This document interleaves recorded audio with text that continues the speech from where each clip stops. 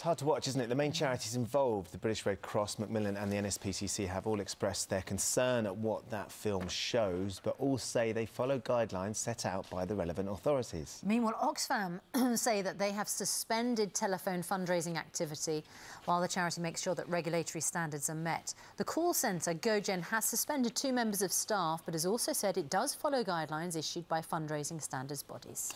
Marilyn Baldwin's mother was plagued by cold callers. She now campaigns against it. Good morning to you, Marilyn. Good morning. I would imagine that what you've seen in this report and the Daily Mail investigation is no surprise to you at all. It's no surprise whatsoever. I mean, this has been going on now for years, and thankfully now the Daily Mail have exposed this, and hopefully now something's going to be done. You appeared on this programme. Of course, we've talked to you a number of times, haven't we, Marilyn? But you received huge reaction after appearing on the show after the death of Olive Cook, the 92-year-old poppy seller who was apparently hounded by charities for more money. What sort of response did you get when you talked to us about it then? Well, the thing, Jessica, charity helps victims of scams. Obviously, we're not calling these charities scams, but the techniques that they're using are very similar to boiler room scams. And we got loads of emails from relatives saying that this kind of thing that had happened to Olive was happening to their relatives, to their grandparents, to their parents. And people are just outraged, really, I think, that it's been going on for so long. It's not a new problem. It's just something that's been let slip under the radar for years. Even though you campaign against it, do you get cold called by charities? I've actually had one myself, and to be honest, the techniques that they use, the psychology used is very, very good. It's very powerful.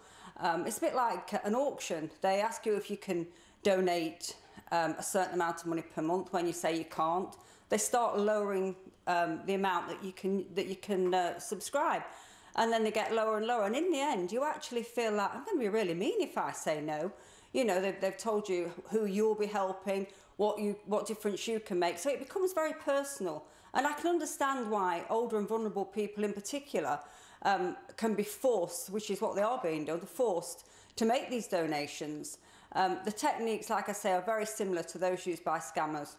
You've set up a charity to help people deal with situations similar to this, Marilyn, so you know all about it. What would you like to see done? Well, obviously, more regulation needs to be done, but I think now charities have got to start backing off, selling donor lists on to other charities. I mean, what's that about? If somebody's kind enough to donate to a particular charity, that should be anonymous. They shouldn't be sharing that information with other charities so they can try and get a bite of the cherry as well. I think they've now got to start respecting the fact that people will give if they've got money. If they haven't got money, then just keep the pressure off them. We all know what charities are out there, and we all know there's various animals, children, whatever, that need helping. But, we're not all in that position. Not everybody's in the same position. They can't all give to everything that's needy. So I think the charities now have got to start backing off and keep the donors anonymous, not sell the lists on.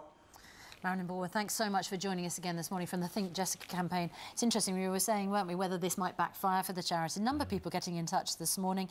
Kira Keenan says, I had several telephone calls from a well-known charity asking for an increase in my donation. I said no several times.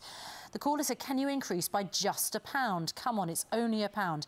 Now, she says, I used to have several regular donations. I got so fed up, I cancelled them all. And that's just what Marilyn's saying. Is it like an auction that goes down and down and down till you feel guilty enough that you have to give them some money?